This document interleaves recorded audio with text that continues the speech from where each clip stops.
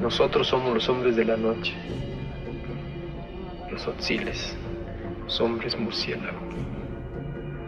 Nosotros podemos despedazar y desangrar a una unidad entera, hombre por hombre, uno al día, durante mucho tiempo, durante muchos años, y nadie va a saber de dónde viene el golpe. Nadie. Y la montaña es nuestra y la noche es nuestra. Eso es lo que no saben.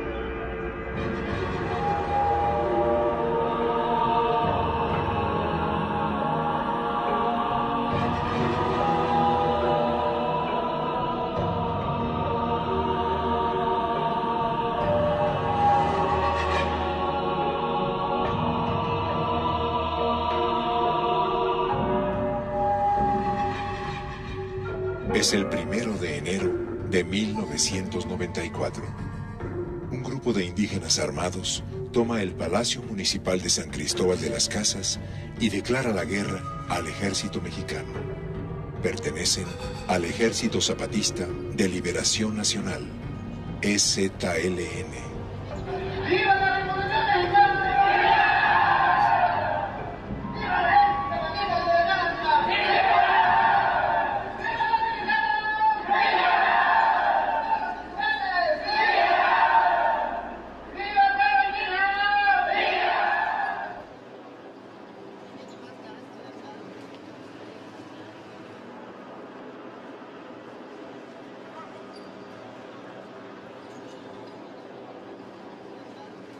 Los rebeldes, en su mayoría tzotziles, celtales, choles y tojolabales, han decidido levantarse en armas en esta fecha que marca la entrada en vigor del Tratado de Libre Comercio y el inicio del año electoral.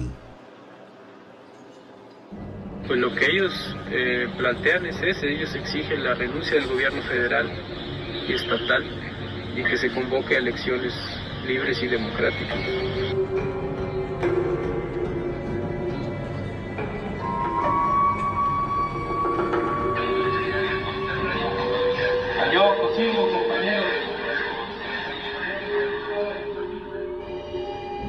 Cinco cabeceras municipales del estado de Chiapas son tomadas por los zapatistas: San Cristóbal de las Casas, Chanal, Ocosingo, Altamirano y Las Margaritas. En San Cristóbal, el EZLN da a conocer la primera declaración de la Selva Lacandona. Nosotros hoy decimos basta, somos los herederos de los verdaderos portadores de nuestra nacionalidad. Nosotros, armados para hacer una revolución, para buscar paz y justicia en nuestro Chiapas y México. ¡Viva la revolución!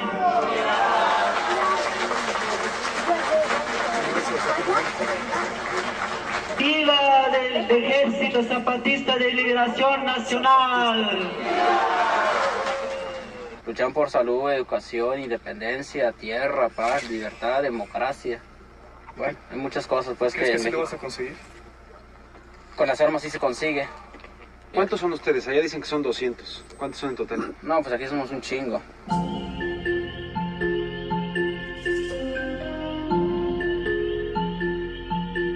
El 2 de enero, por la madrugada, el EZLN abandona la ciudad de San Cristóbal.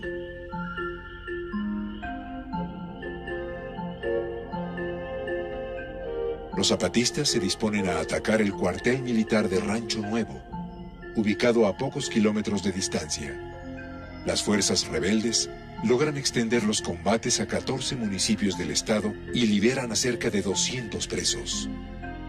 El exgobernador, general Absalón Castellanos Domínguez, símbolo de la represión y señalado como responsable de más de 150 asesinatos, es tomado prisionero en su rancho de Las Margaritas. Los combates de Rancho Nuevo marcan el inicio de las hostilidades.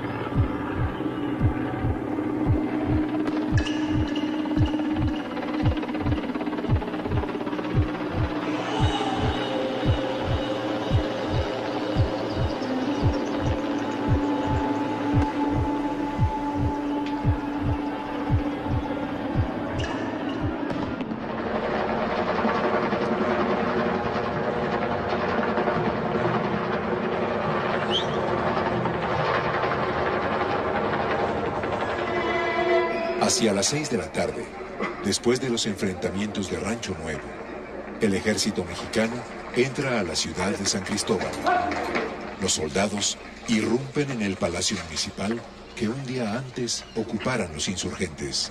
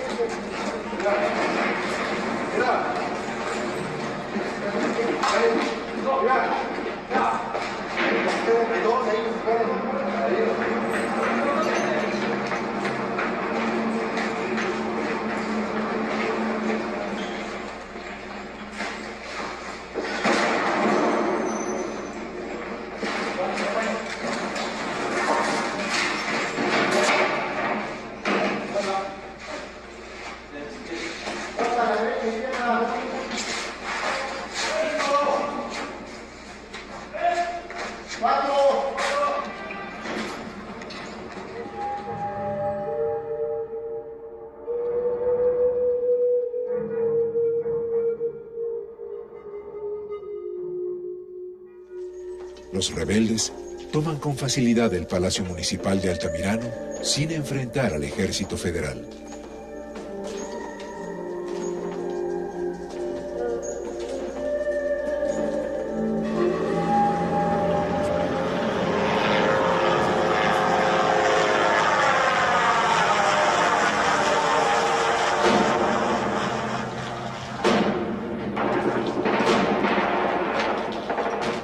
Los enfrentamientos más sangrientos tienen lugar en Ocosingo. En el mercado municipal, decenas de zapatistas y varios civiles pierden la vida después de sufrir, por varias horas, el embate del ejército.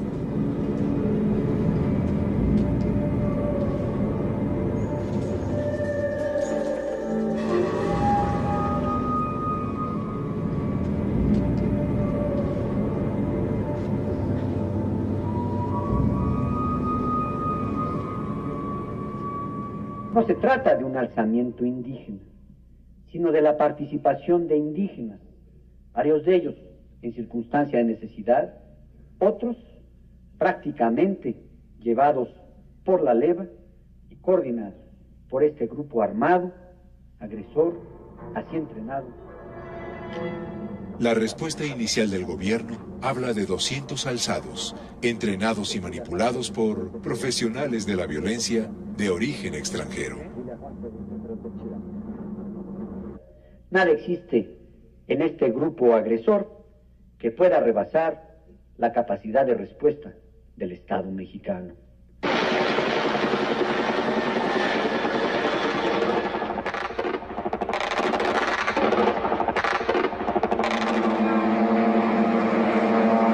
Diablo, diablo. Diablo, diablo, diablo.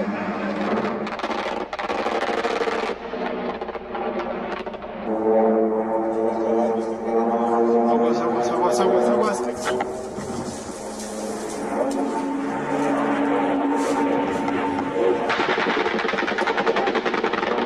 ¿Sabes qué? Están barriendo la zona, güey. Vámonos.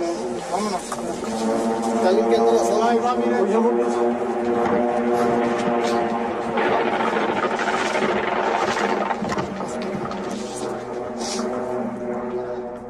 ¿Sí, hay muertos allá arriba? Sí, hay.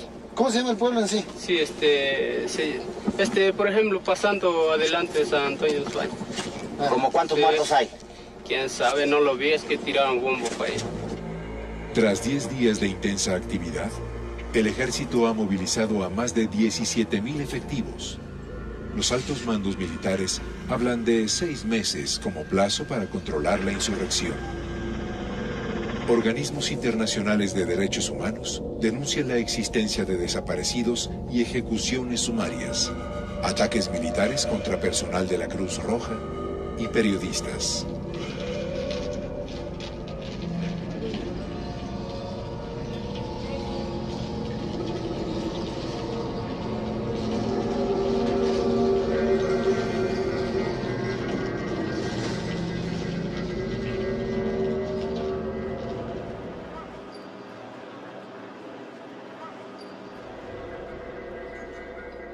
La rebelión indígena ha puesto al descubierto los ancestrales rezagos que marcan la vida de un rincón olvidado de México, Chiapas.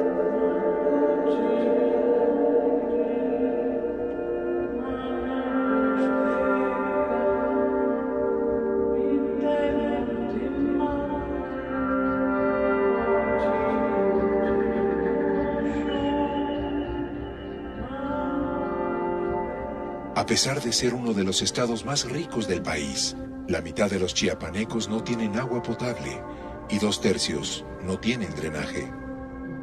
El 90% de la población en el campo tiene ingresos mínimos o nulos. La educación es la peor del país.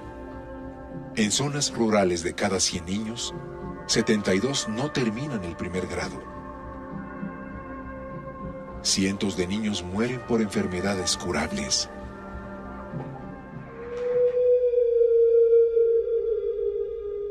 La insurrección zapatista ha puesto el tema indígena en primer plano. El 12 de enero se lleva a cabo una enorme manifestación en el Zócalo exigiendo el cese al fuego.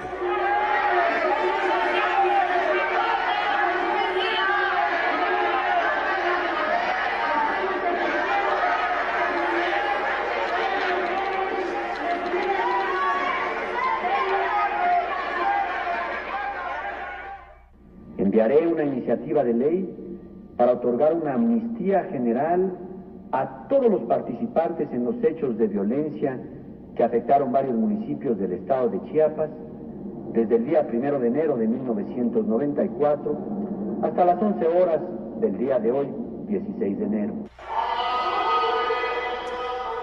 El obispo de San Cristóbal de las Casas, Samuel Ruiz, es propuesto como mediador por los zapatistas. Manuel Camacho es nombrado comisionado gubernamental para la paz y la reconciliación. La estrategia de hechos como mensajes de concordia ha dado resultados. La comunicación escrita, pública y confidencial ha sido seria y ha contribuido a mantener el cese del fuego y abrir un progresivo retorno a la tranquilidad de la región. He recibido su comunicación confidencial para la realización de las jornadas para la paz y la reconciliación. Estoy de acuerdo con la propuesta. El general Absalón Castellanos habla desde su cautiverio. Bueno, yo me encontraba en mi rancho trabajando, era el 2 de enero de este año.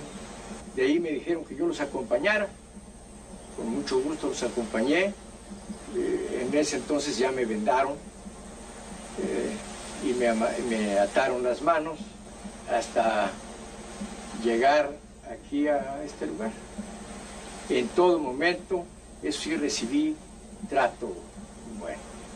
Como una señal de buena voluntad, el EZLN libera al general Castellanos después de condenarlo públicamente.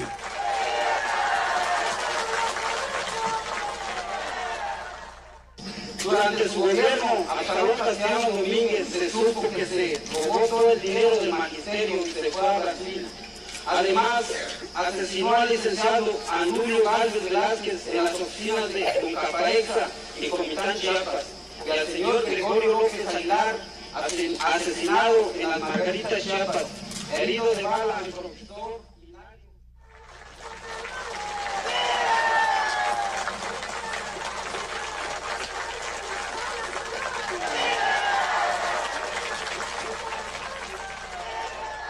En esta serie de acercamientos juega un papel fundamental el obispo Samuel Ruiz.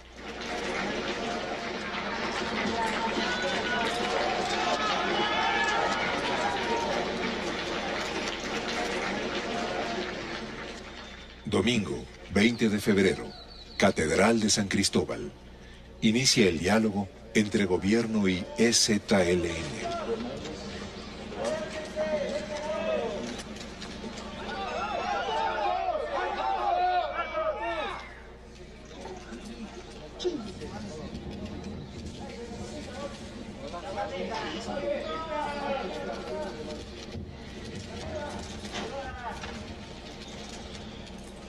El diálogo se ha iniciado ya.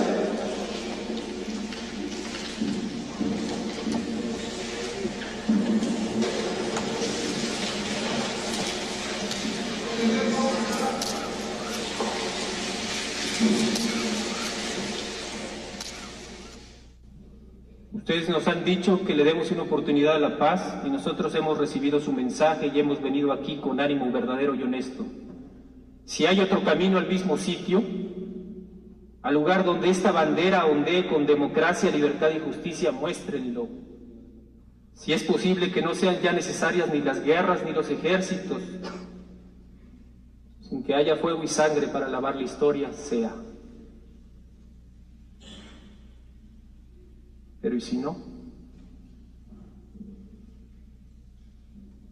¿Y si nos vuelven a cerrar otra vez todas las puertas? ¿Y si la palabra no logra saltar los muros de la soberbia y la incomprensión? ¿Y si la paz no es digna y verdadera?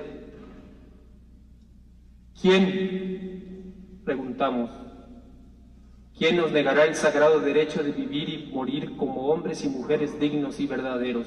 ¿Quién?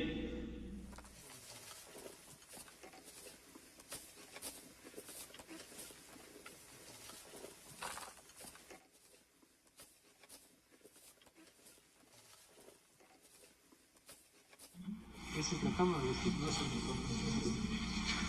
mejor la hacemos por acá porque siempre la mesa.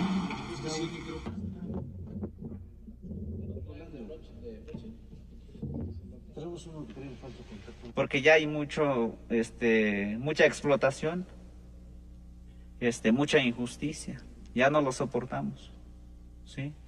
Y es por eso, pues, a partir del 1 de enero, pues, no nos quedó otro remedio, pues, más que agarrar las armas. Porque las tierras son para quienes las trabajan. Decidimos la guerra para tener la tierra y no para que lo tengan esos terratenientes.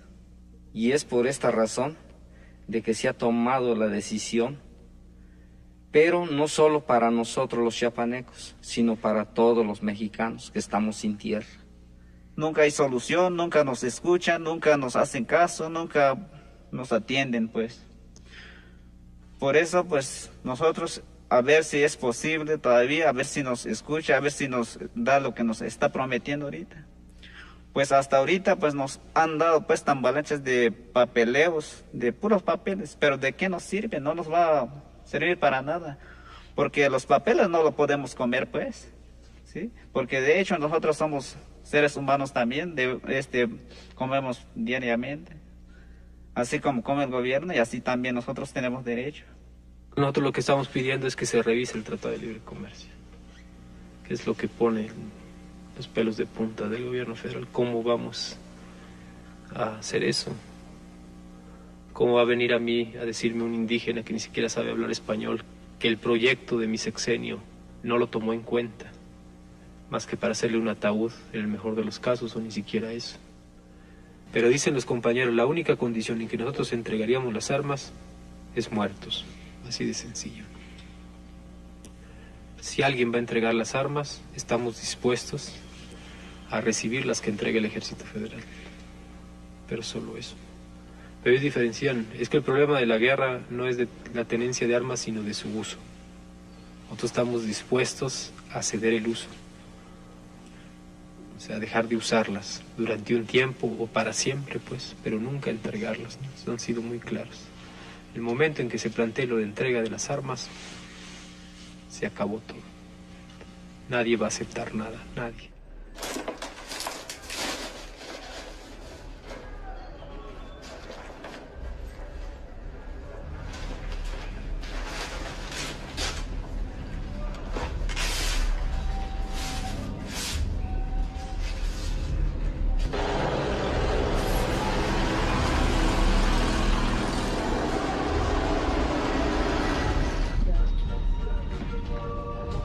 Al término de las pláticas de la Catedral de San Cristóbal, los zapatistas regresan a sus comunidades a discutir las conclusiones del diálogo.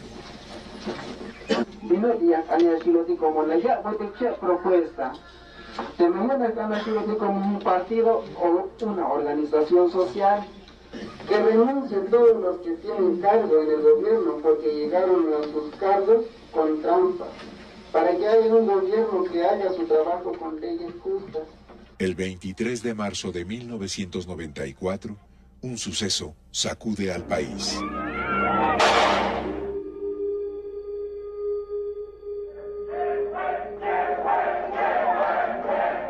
En medio de un clima político enrarecido, Ernesto Zedillo sustituye a Luis Donaldo Colosio como candidato presidencial del PRI.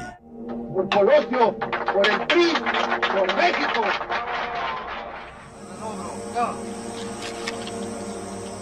Tras la muerte de Colosio, el ejército zapatista suspende las consultas y se declara en alerta.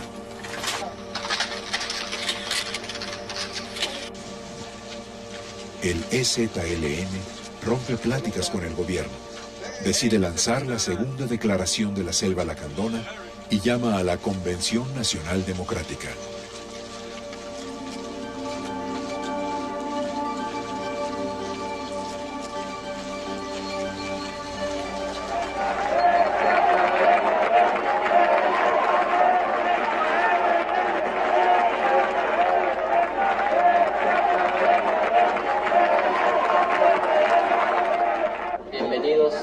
Llamados a la Convención Nacional Democrática.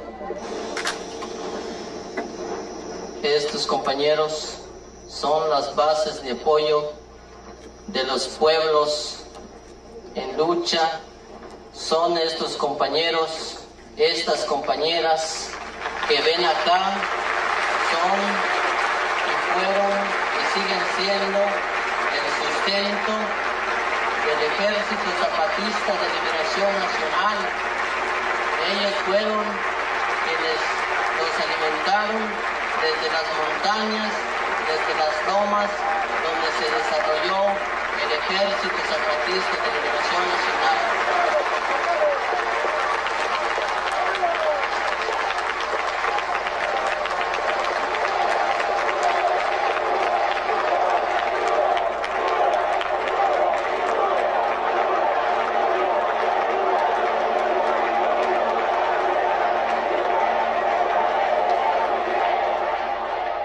Quiero pedir permiso a ustedes para que las tropas zapatistas que se encargan de la seguridad de todos nosotros les presenten el saludo zapatista. En la punta de los fusiles zapatistas verán una cinta blanca. Significa, como todo aquí, una paradoja: armas que aspiran a ser inútiles.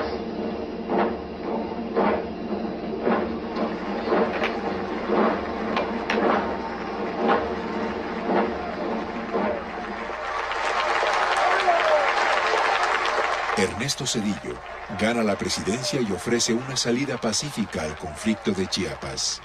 Estoy convencido de que es posible lograr en Chiapas una nueva negociación que nos lleve a una paz justa, digna y definitiva. No habrá violencia por parte del gobierno. Señor Ernesto Zedillo Ponce de León, bienvenido a la pesadilla. Por este medio me dirijo a usted en lo referente a su discurso de toma de posesión. Debe usted saber que el sistema político que usted representa, al que usted le debe el haber accedido al poder que no a la legitimidad, ha prostituido hasta tal punto el lenguaje que hoy, política, es sinónimo de mentira, de crimen, de traición. Yo solo le digo lo que millones de mexicanos quisieran decirle. No le creemos. El ejército zapatista rompe la tregua temporalmente. Traspasa en silencio el cerco impuesto por el ejército federal, ocupando varios municipios del estado, e inicia la fundación de lo que hoy conocemos como municipios autónomos. Sorpresivamente, el presidente cambia su discurso, acusa de terrorismo a la dirigencia zapatista e inicia una ofensiva en donde el Procurador General de la República, el panista Antonio Lozano Gracia, aporta el sustento jurídico. 5 cohetones pirotécnicos de pólvora, 6 artefactos explosivos de fabricación hechiza en recipiente de vidrio y un artefacto explosivo de papel. Todo esto en posesión de grupos pertenecientes al Ejército Zapatista de Liberación Nacional. Hoy mismo se han librado órdenes de aprehensión en contra de las siguientes personas: Rafael Sebastián Guillén Vicente, alias Marcos.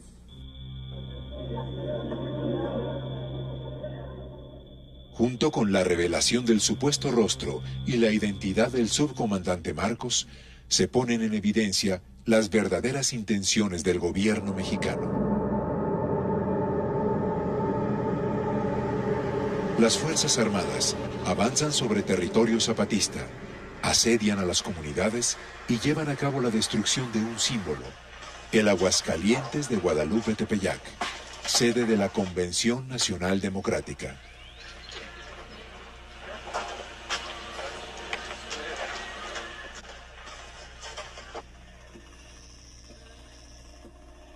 El Ejército Federal despliega sus tropas. Sin embargo, los soldados enfrentan algunas dificultades.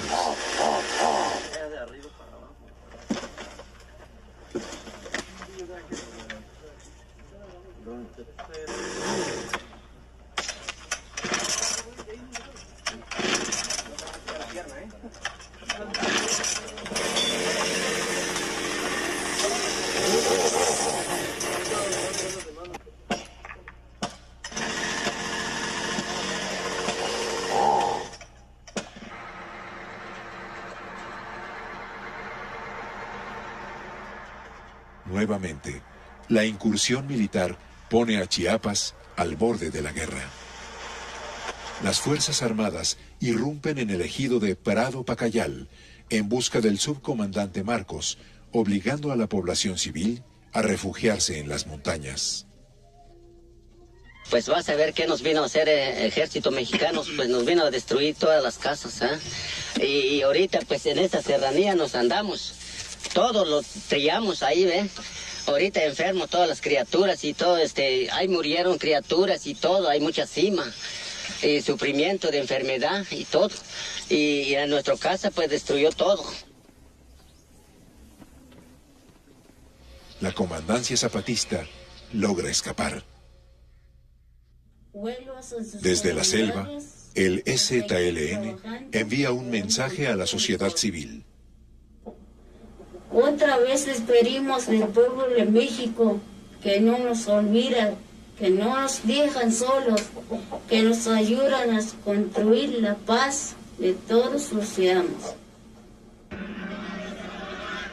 Una vez más, la movilización popular obliga al gobierno a retroceder.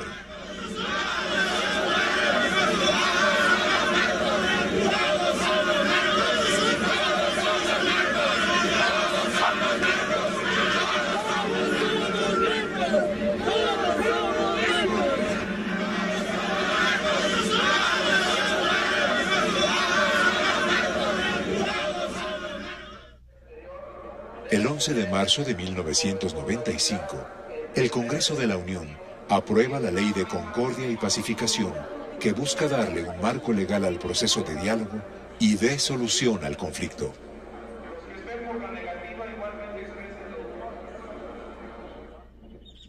La distensión da resultados.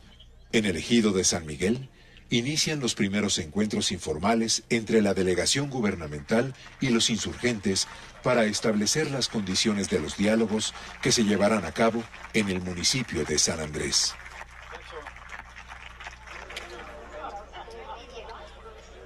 El senador Pablo Salazar Mendiguchía, integrante de la COCOPA, no parece muy interesado.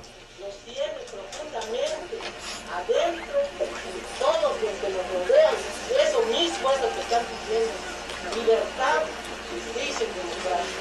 Es lo que nos falta. Si en México no existe, en Chiapas no. Si en Chiapas ya existiera, en México también no existe.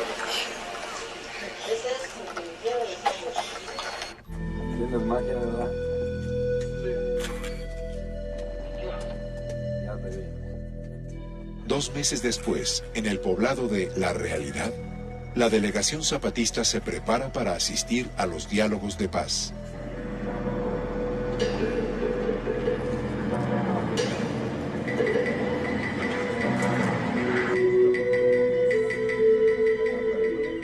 El subcomandante Marcos, jefe militar del EZLN, no acude a estos encuentros.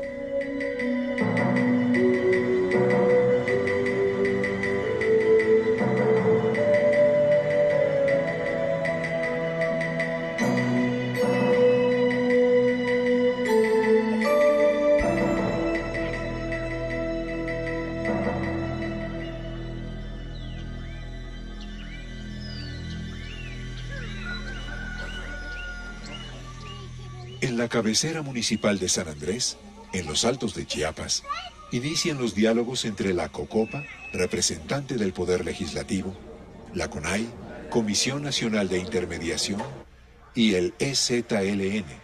A partir de ese momento, se desarrollarán 6 encuentros en los que el tema central de debate gira en torno a las medidas de desmilitarización. Las pláticas logran involucrar a amplias franjas de la sociedad y ponen la cuestión indígena en el centro de la agenda nacional.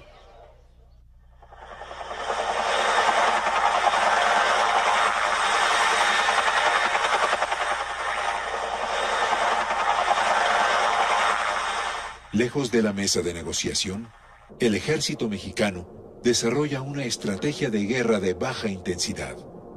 Se incrementa la presencia militar en la zona de conflicto, alterando la vida de los pobladores y rompiendo su unidad. Miles de indígenas son desplazados de sus comunidades.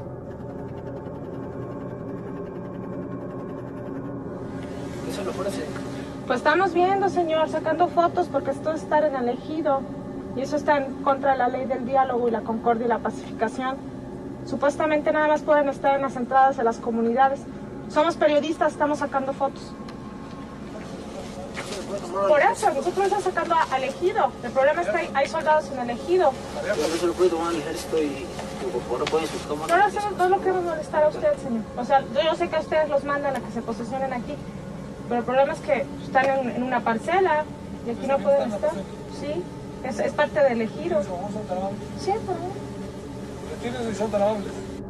Silenciosamente, el Ejército Federal toma posiciones, promueve la delación y elabora listas negras. La inteligencia militar trabaja.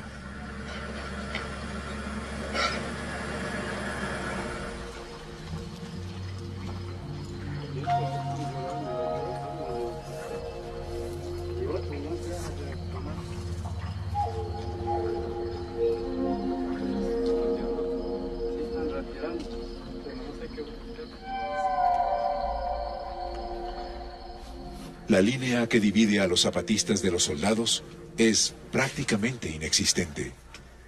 ¿Ustedes como soldados? Deben de pensar. Como ustedes les gusta matar a los pobres indígenas. ¿Sí o no? Entonces ya no sabes dónde viniste. ¿En qué camino tomaste? ¿Por qué? Porque no conozco. Solo para espiar nomás, ¿verdad? No, no ando espiando a nadie. ¿Cómo que no? No, compadre. Si no quieres que estés así en problema, salte ahí. ¿Para qué chingado estás confiado con el pinche gobierno? El pinche gobierno corrupto vende patria. Y ustedes también son hijos de campesinos, ¿sí o no? Yo también. Ahí está pues, ¿para qué chingado pues? Tengo mi familia también igual que ¿estás ustedes. allí pues? Eso es lo que yo les quiero decir. Puedes salir. Puedes revisar.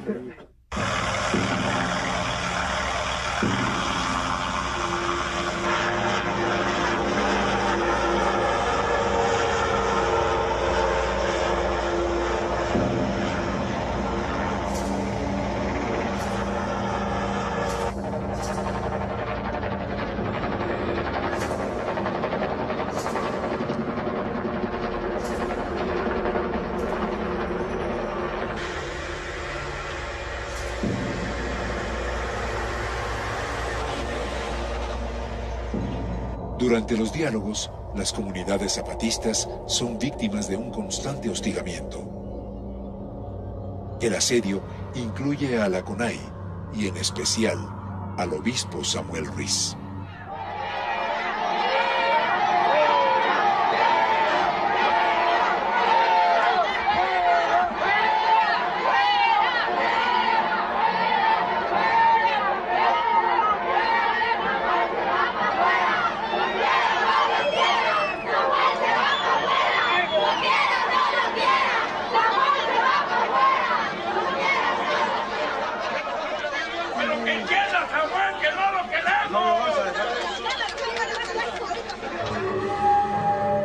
Una vez más, el Ejército Federal incursiona en territorio zapatista y aumentan los riesgos de un enfrentamiento armado.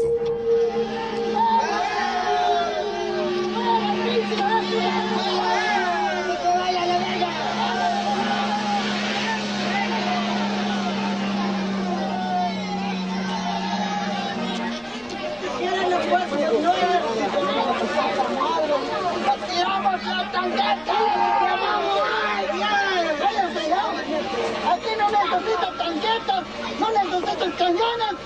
Váyanse ya. No necesitamos ejército, aquí pendejos. ¿Tienen de qué andes? No están acostumbrados la gente de vivir así.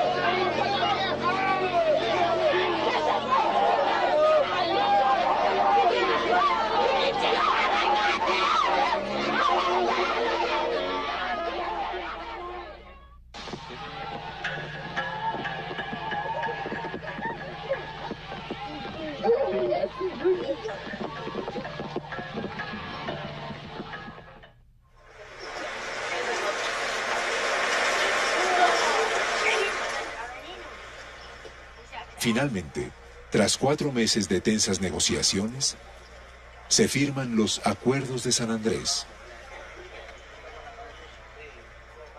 Los puntos negociados con el gobierno no resuelven la totalidad de las demandas indígenas, pero sí se comprometen a solucionar algunas de las más relevantes.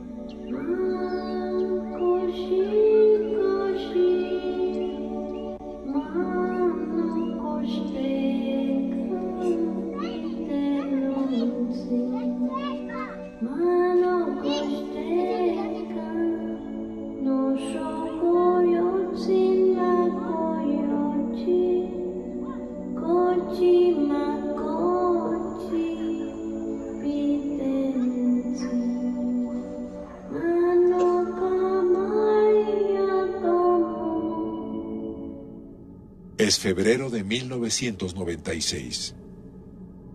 Con la firma de los llamados Acuerdos de San Andrés, se cierra un capítulo del conflicto en Chiapas. No obstante, mientras el gobierno habla de paz, el ejército se prepara para la guerra.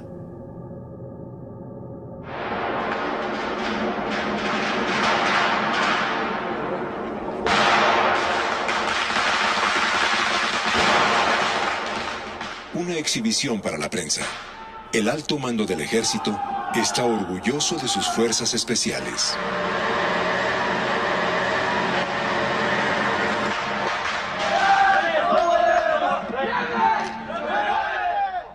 Los soldados mexicanos corean consignas amenazantes contra los zapatistas.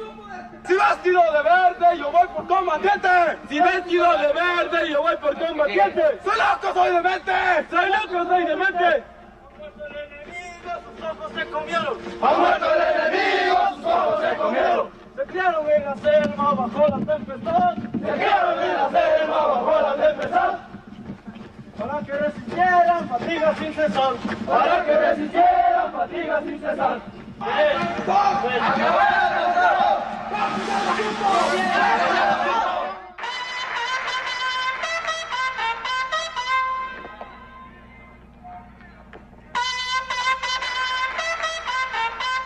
En su segundo informe, Zedillo omite toda referencia a los llamados Acuerdos de San Andrés y hace naufragar el proceso de diálogo. La comandancia del EZLN, otra vez sintiéndose engañada, se retira de la mesa de negociaciones.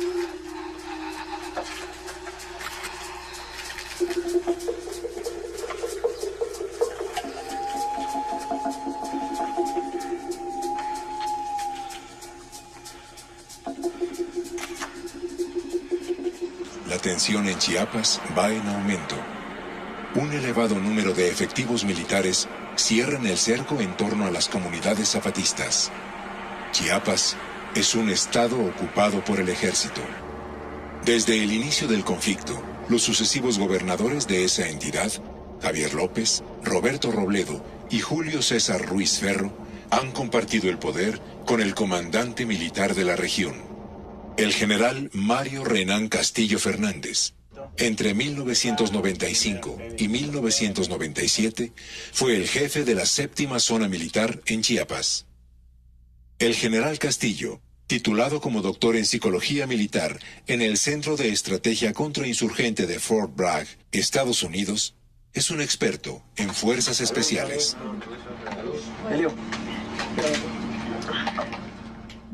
Durante el período en que la zona militar estuvo bajo su mando, se tuvo noticia del surgimiento de al menos 6 grupos paramilitares de filiación priista o Frente Cardenista, como Paz y Justicia y los Chinchulines, localizados en el norte del estado. Máscara Roja y el movimiento indígena revolucionario antizapatista, MIRA, en los Altos de Chiapas, y la Alianza San Bartolomé de los Llanos, que actúa en el área de los valles centrales. Yo fui un miembro de, más que nada, como famoso Paz y Justicia. En este año, en 1996, en el junio, pues empezamos a equiparnos, más que nada, comprar armas. Ya todo se había planeado, ya el convenio, que se iba a salir 4.600 millones. Y eso, el dinero. Entonces firma como testigo de honor a Mario Renán Castillo. Entonces firman los demás dirigentes de Paz y Justicia, los delegados, todo eso. Hay como unos 4 o 5 hojas donde se firmaron esos. Se iban a entregar en 3 etapas ese dinero. Comprábamos lo que es el cuerno de chivo, R15, unas ametralladoras de la marca Uzi y unas 38 especiales. Y todo eso, diferentes armas, y los demás también de escopeta, 12-12 y calibre 12 de esas automáticas. Todo eso lo compramos. Hablamos más de 70-80 armas. Estuvo metido el ejército mexicano, la seguridad pública y parte del gobierno también.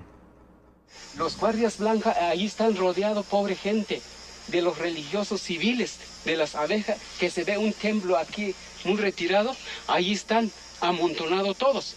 Pero yo creo que por temor ahorita, porque ahí están rodeados los de las guardias blancas paramilitares, ahí estaban. Y la que se ve es comunidad, es un barrio de la comunidad de Acteal que se llama Tzahalucum. En Acteal, un grupo paramilitar consuma una masacre mientras soldados y policías permanecen emplazados en la carretera a 300 metros de distancia. 45 personas pierden la vida. De ellos, 15 son niños, 9 hombres y 21 mujeres, 4 de ellas embarazadas.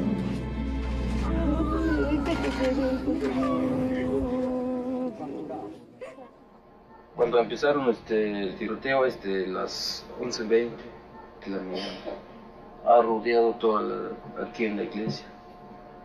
Entonces nosotros no pudimos salir, por eso lo quedamos aquí, muertos con mis compañeros, las mujeres, los niños, hay mujeres embarazadas.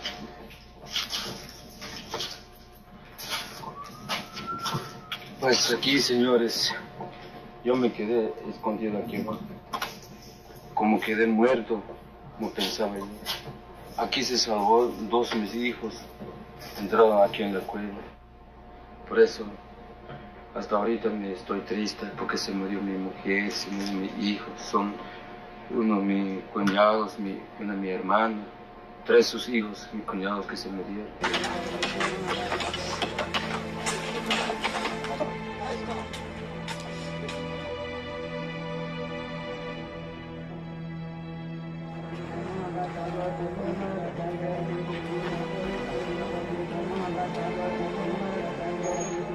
Durante el sepelio de las víctimas, los deudos identifican a algunos de los agresores.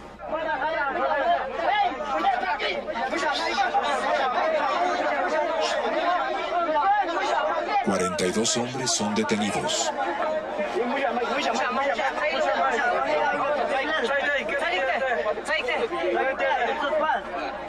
A ver, un momento. Sí, somos agentes federales. Toda la gente que vayan a subir primero, chequenla. Sí,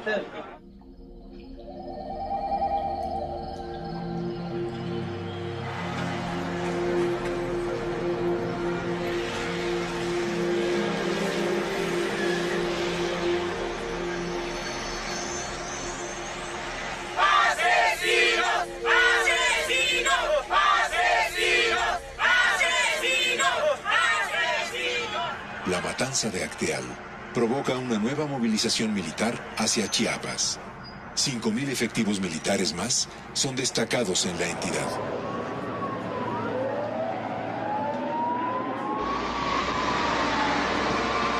Las pesquisas de las Fuerzas Armadas se llevan a cabo en comunidades de clara influencia zapatista. Los grupos paramilitares más señalados como Paz y Justicia y los Chinchulines en el norte del estado no son investigados. La existencia de estos grupos da lugar al fenómeno de los desplazados. Hacia finales de 1997, alrededor de 11.000 indígenas han abandonado sus comunidades debido a la violencia y amenazas de los grupos paramilitares. Estas son las condiciones de vida en un campamento de desplazados. Aquí hay una mujer que acaba de nacer su hijo. Y la mujer, pues justamente ahorita les corrieron a los señores, ¿verdad? Y mira, aquí nació su hijo en el monte, ¿verdad? Por eso la gente anda llorando por parte de él, por parte de ella. Y como ellos dicen que les corrieron, pues les quemaron sus casas, les robaron algo, les robaron todo y no sacaron nada de...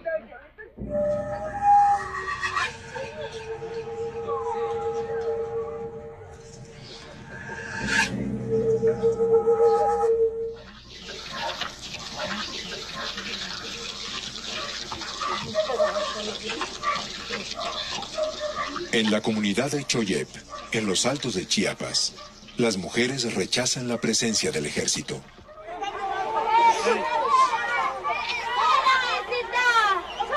Están violando la ley mexicana, porque no es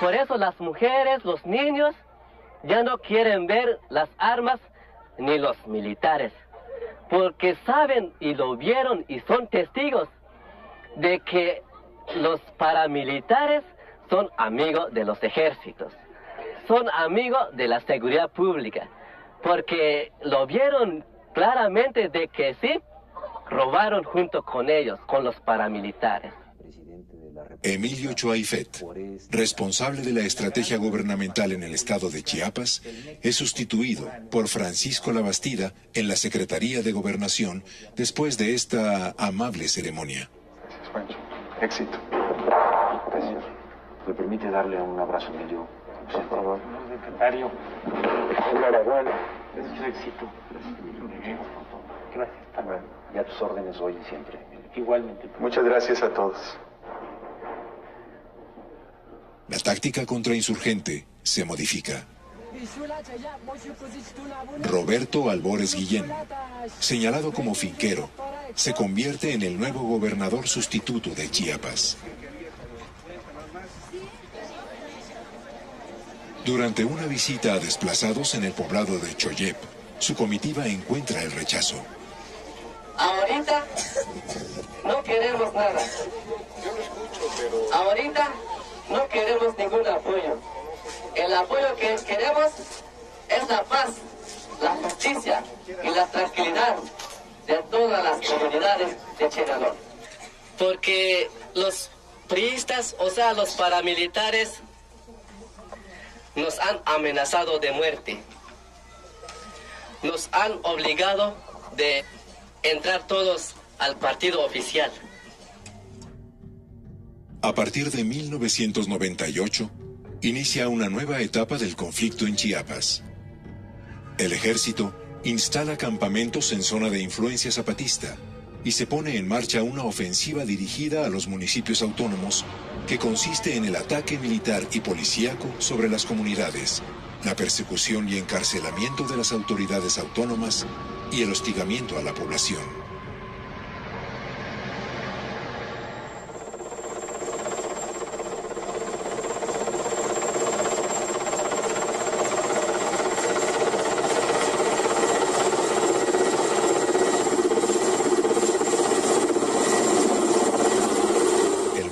Desata una guerra contra los municipios autónomos. La comandancia del EZLN se mantiene en silencio y sus bases de apoyo toman la iniciativa en la defensa de las comunidades. La presencia de las mujeres se convierte en el símbolo de la resistencia.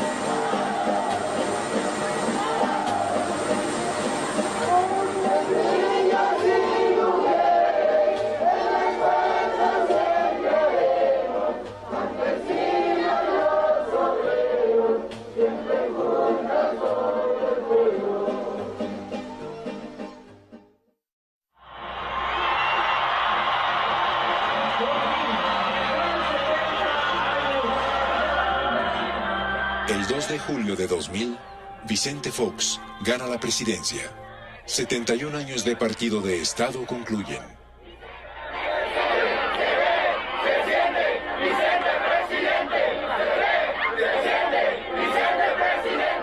Un mes después, en Chiapas, el PRI también se derrumba y por primera vez triunfa un candidato de oposición.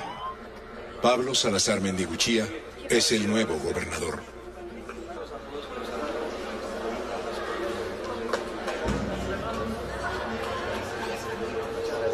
A mis amigas y amigos de los pueblos indígenas, permítanme dirigirme a ustedes de manera especial.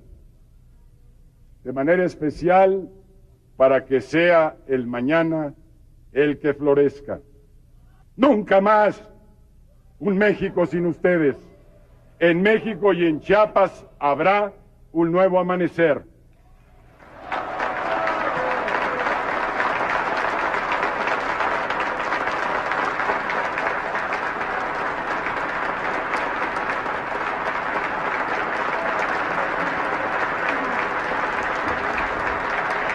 En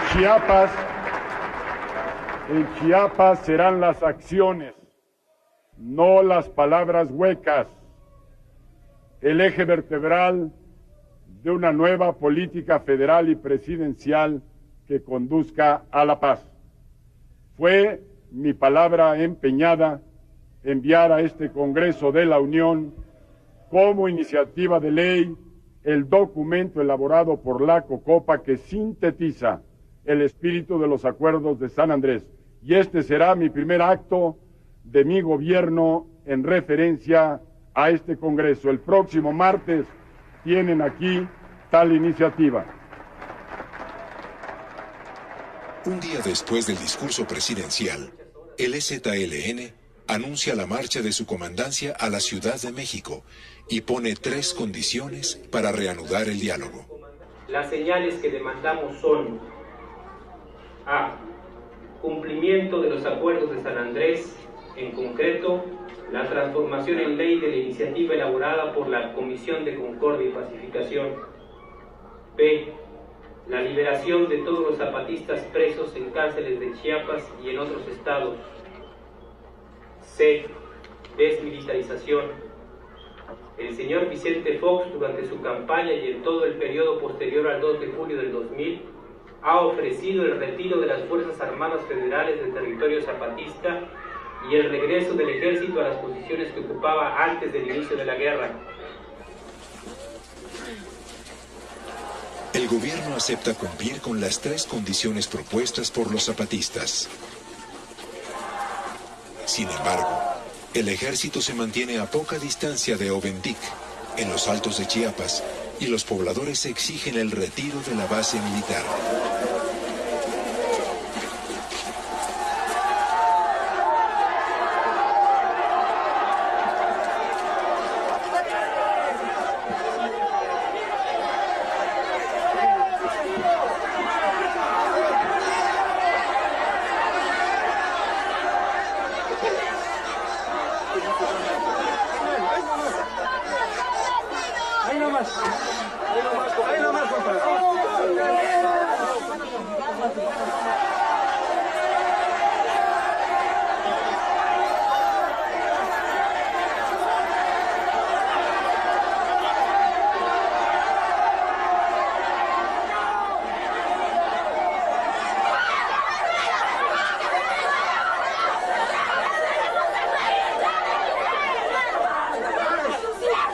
Tranquilo, compañero, tranquilo.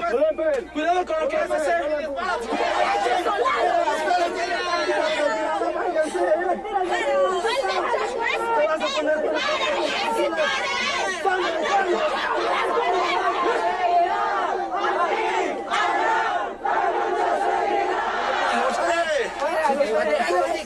Al día siguiente, el ejército se retira.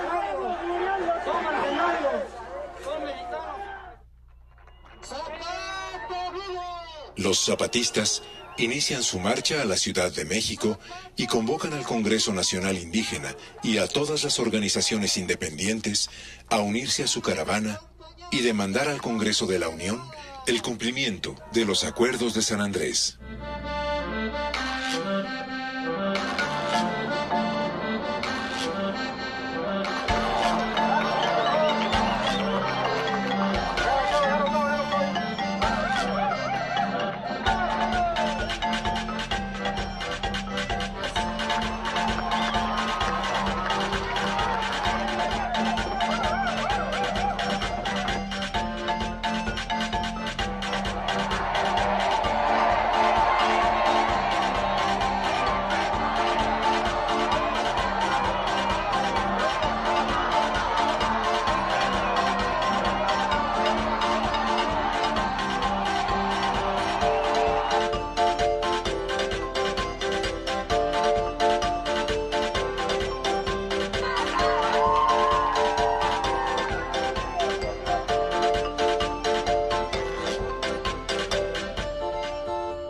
Esta delegación se dirige al Congreso de la Unión a defender la iniciativa de ley elaborada por la COCOPA sobre derecho y cultura indígena.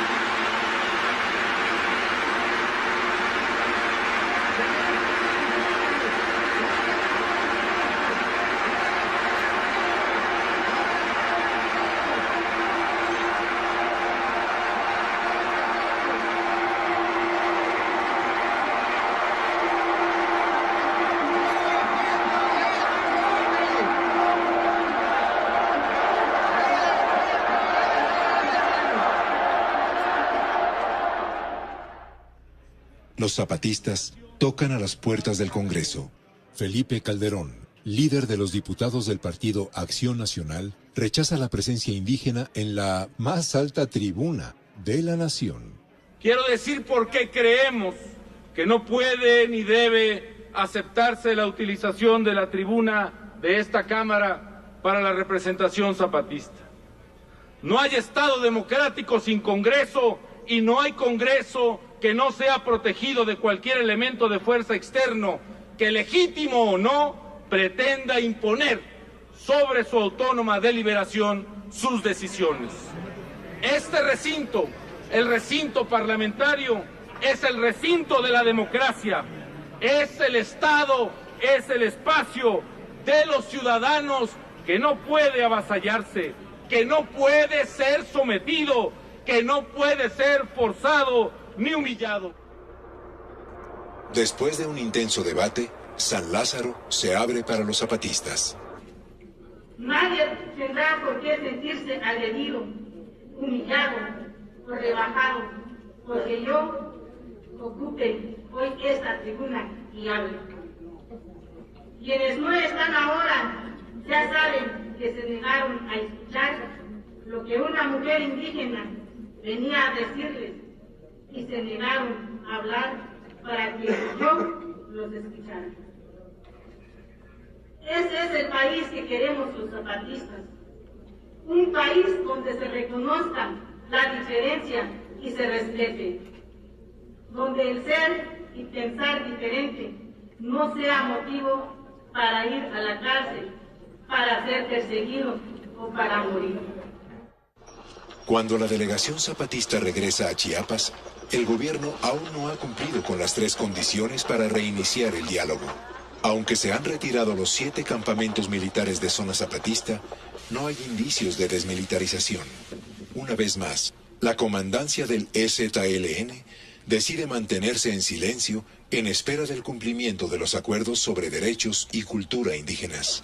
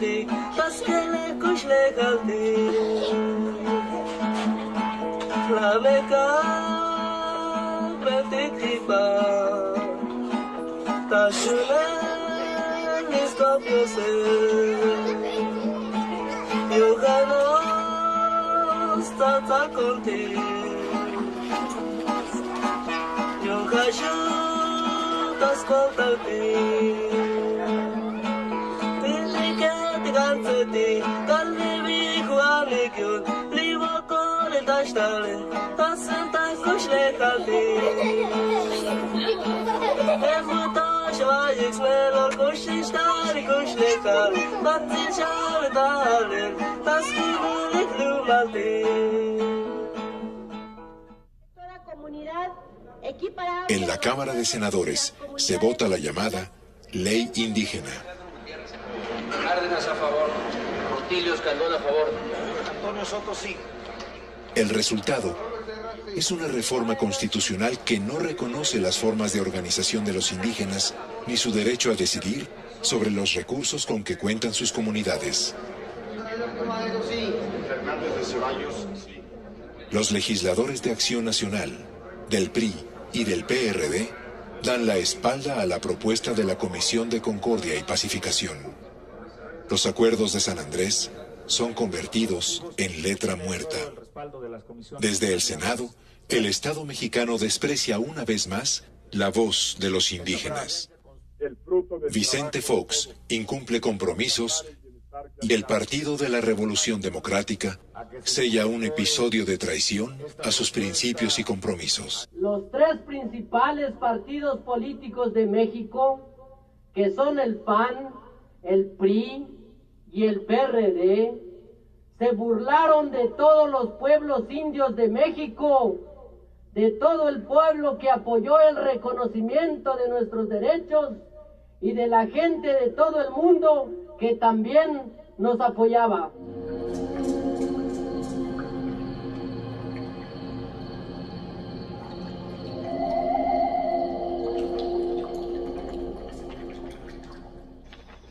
El gobierno inicia una nueva escalada de violencia que busca frenar el proceso de autonomía de los pueblos indios. Reaparecen los grupos paramilitares que buscan provocar una reacción de la comandancia zapatista al atacar a sus bases de apoyo.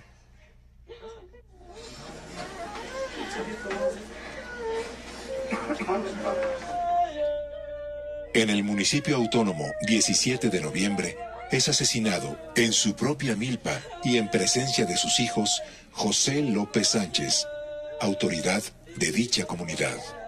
Las bases zapatistas de varios municipios autónomos de la región realizan una marcha de protesta y responsabilizan a los poderes federal y estatal del asesinato de don José. Por más comentarios que haga, señor gobernador, es cómplice de los asesinos. Si no, ya los hubieran detenido. Por ahí andan, por su lado andan los asesinos. Los estamos buscando, compañero. Y si no me crean, por ahí andan. Los estamos buscando. Yo solo les quiero decir una cosa. Yo no vine a decirles un discurso. Este gobernador, les pido que lo recuerden, es el que liberó a los presos zapatistas. Es el único en todo el país que ha liberado presos zapatistas. Y eso no lo pueden olvidar a ustedes. Nosotros lo ha liberado el gobierno es por la movilización de los pueblos indígenas, es por la movilización de los zapatistas, es por la movilización de la sociedad, por una presión. ¿Cómo le vas a calmar ese enojo que todavía sienten? Porque es compañero nuestro, es un compañero que dio su vida, que luchó. Y todavía vienes a decirlo, vamos a hacer justicia. Nunca ha habido justicia. Nunca.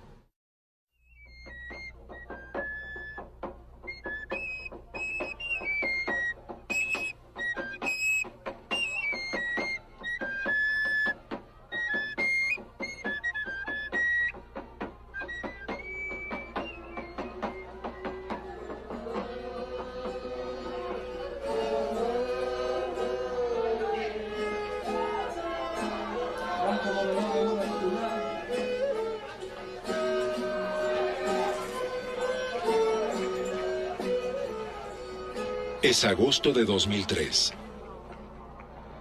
La comandancia del EZLN regresa a la escena pública. Los zapatistas acuerdan desaparecer los Aguascalientes, puntos de reunión de la sociedad civil. Ante la crisis del sistema de partidos y la debilidad del gobierno de Vicente Fox, deciden lanzar una nueva iniciativa política, la creación de los caracoles, instituciones de autogobierno indígena de facto.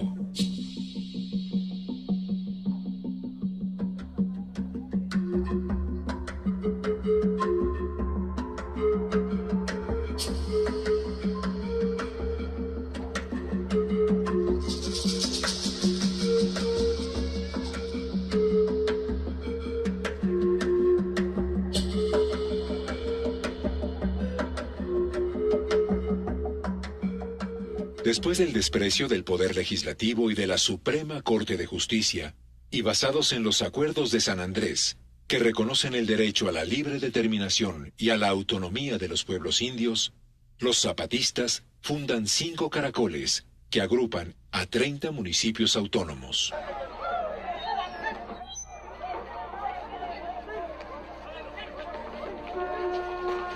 En los caracoles se pone en marcha la construcción de la autonomía y con la instalación de las juntas del buen gobierno, las comunidades y sus autoridades discuten y toman decisiones, ejercen la justicia y resuelven sus asuntos internos. A partir de hoy se levantan todos los retenes zapatistas instalados en caminos y puentes federales, estatales y locales, y se eliminan todos los cobros a particulares en caminos y carreteras dentro de los territorios rebeldes. El subcomandante Marcos envía un comunicado. Creemos que ya hemos cumplido como EZLN la parte que nos tocaba en estos cambios. Hemos levantado los caracoles, hemos construido las casas de las juntas de buen gobierno y hemos tratado de explicar un poco los cambios. Así que ahora les devuelvo el oído, la voz y la mirada. A partir de ahora, todo lo referente a los municipios autónomos rebeldes zapatistas se hablará por sus autoridades y por las juntas de buen gobierno. Con ellas habrá que tratar también los asuntos de los municipios autónomos tales como proyectos, visitas, cooperativas, conflictos, etc. Sigue siendo nuestro trabajo y nuestro deber proteger a las comunidades de las agresiones del mal gobierno, de los paramilitares y de todos aquellos que quieran hacerles mal. Para eso nacimos, para eso vivimos y por eso estamos dispuestos a morir. Con la creación de las juntas de buen gobierno, inicia en la práctica el proceso de autonomía de los pueblos indígenas de Chiapas. Un proyecto que intenta construir nuevas formas de convivencia en las comunidades.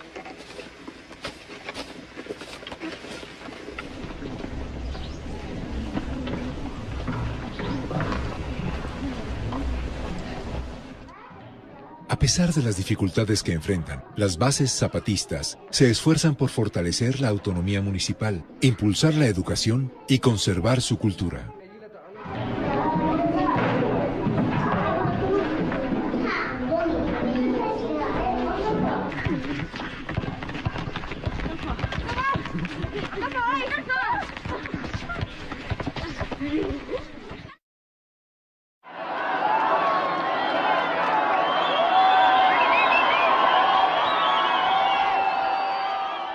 Es 2005. La campaña por la presidencia da comienzo. El candidato de la izquierda electoral arranca con grandes posibilidades de obtener la victoria. López Obrador goza de popularidad y puntea en las encuestas. Reitero ante ustedes, para que no quede ninguna duda, que buscaré la candidatura para contender como candidato a presidente de México en las elecciones de julio del 2006. Desde el propio PRD, Cuauhtémoc Cárdenas, antes líder moral, da la espalda al tabasqueño y coquetea con Fox.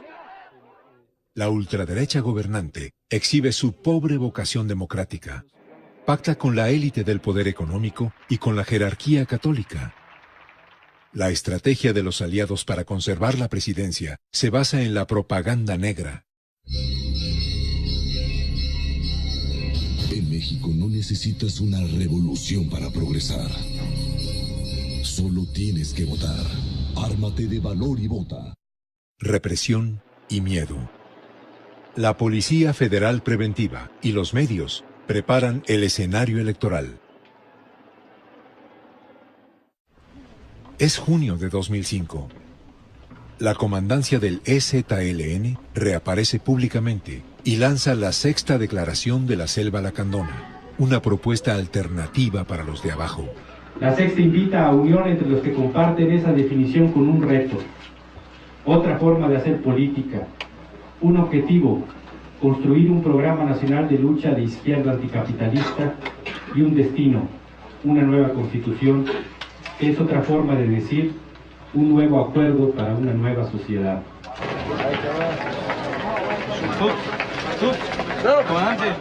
Comienza así la otra campaña.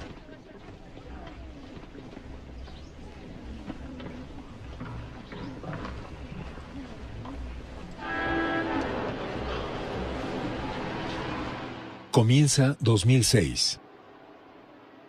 El subcomandante Marcos recorre el sur y el centro del país.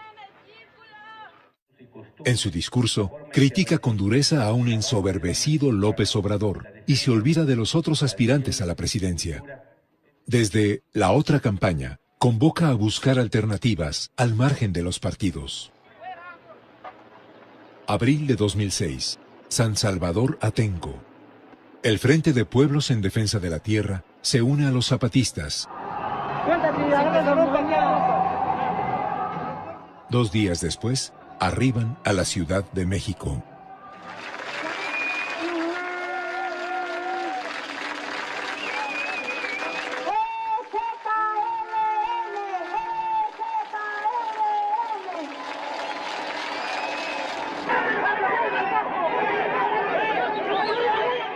Una provocación es puesta en marcha. La Policía Federal Preventiva y las policías estatal y municipal reprimen y detienen a los campesinos de Atenco y a seguidores de la otra campaña.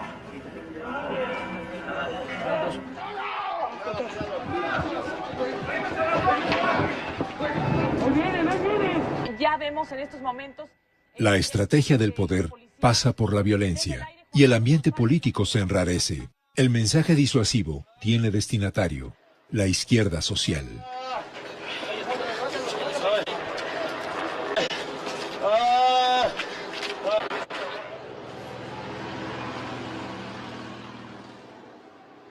El llamado Delegado Cero visita el norte del país, prácticamente aislado. El 2 de julio se celebra una votación marcada por denuncias de fraude, un fraude anunciado. Las instituciones electorales darán el triunfo al derechista Felipe Calderón, con algo más de 250,000 votos de ventaja. El candidato que obtuvo el mayor porcentaje de la votación presidencial es Felipe Calderón Hinojosa, del Partido Acción Nacional.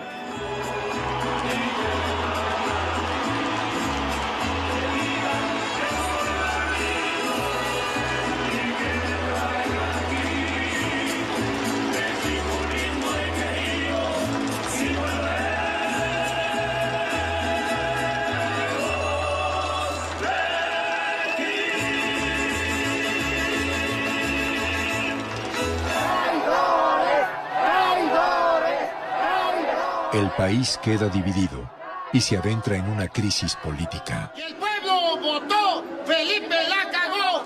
El pueblo votó, Felipe la cagó. El pueblo votó, Felipe la cagó. Lamento haber ganado, lamento decepcionarlos por haber ganado, pero bueno, pues son decisiones que corresponden a los pueblos.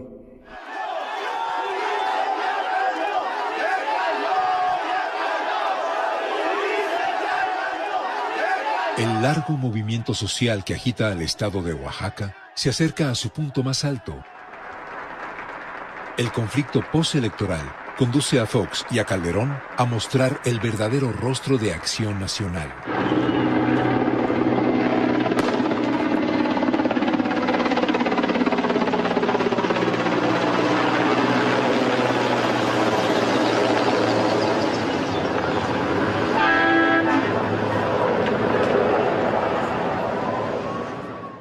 La represión en Oaxaca es a gran escala. Los cuerpos de seguridad y las bandas paramilitares atacan, detienen y desaparecen a activistas de la APO. La ultraderecha se endurece.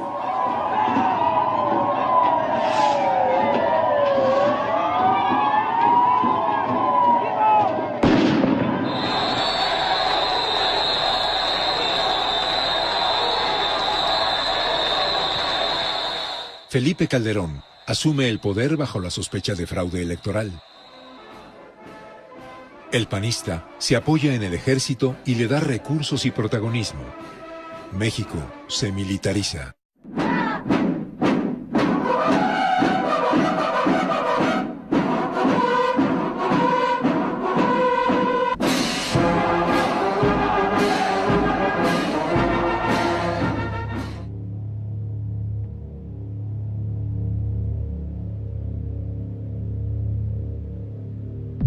En territorio zapatista, nuevas incursiones de grupos paramilitares devuelven la tensión a esa zona.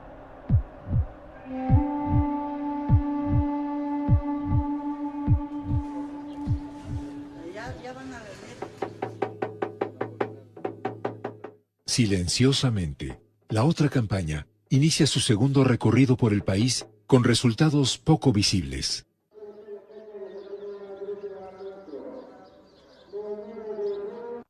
Producto de la estrategia ultraderechista y de sus errores y sectarismos, la izquierda se ha debilitado.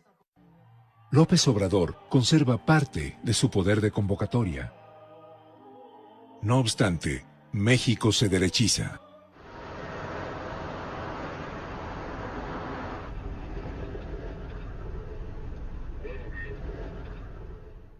Calderón encabeza un ejecutivo asediado por la inconformidad ciudadana. Su mandato se desarrolla detrás de las vallas militares.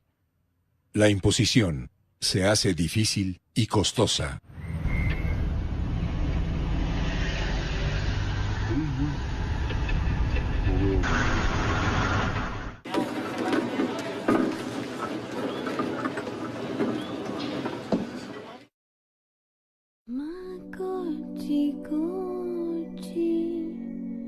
Los zapatistas se concentran en sus nuevas tareas y pacientemente esperan vientos más favorables.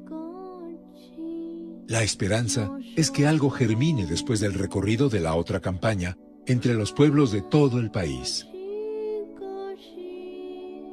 A 13 años del surgimiento público del Ejército Zapatista de Liberación Nacional, México es un enorme desastre, en el que la desigualdad se ha instalado, pero la democracia no termina de llegar. Un territorio de confusión en donde el desaliento, tal vez muy pronto, le abra el paso a nuevas luchas. Las exigencias que los indígenas rebeldes levantaron con las armas en 1994 están vigentes y su ejemplo perdura. Una nueva página en la historia de México está por escribirse.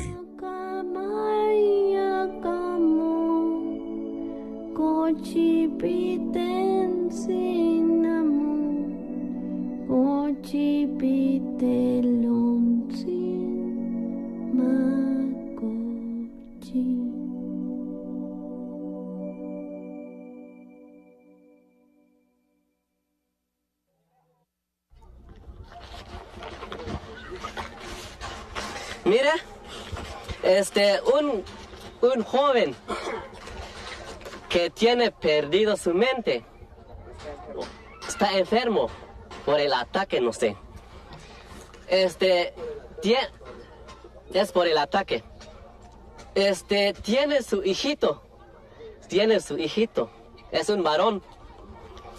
Como tiene perdido su mente, lo escuchó pues de que los militares dan consulta. Entonces se fue a pedir consulta con su hijito. Entonces los ejércitos lo consultaron a su hijo, les dio esta medicina. Pero esta medicina no tiene nombre. Mira, ni tiene nada. Ni se ve si está bueno todavía la medicina o está caducado. Y aquí es la receta. ¿Y por qué esta medicina no trae ni nombre? ¿Y por qué esta medicina se ve ya, pero ya es muy viejo? Deben de traer medicamento, pero bueno, con nombre, con buena medicina. Pero se ve que no sé si es para la enfermedad o no sé cómo ser. ¿Eso?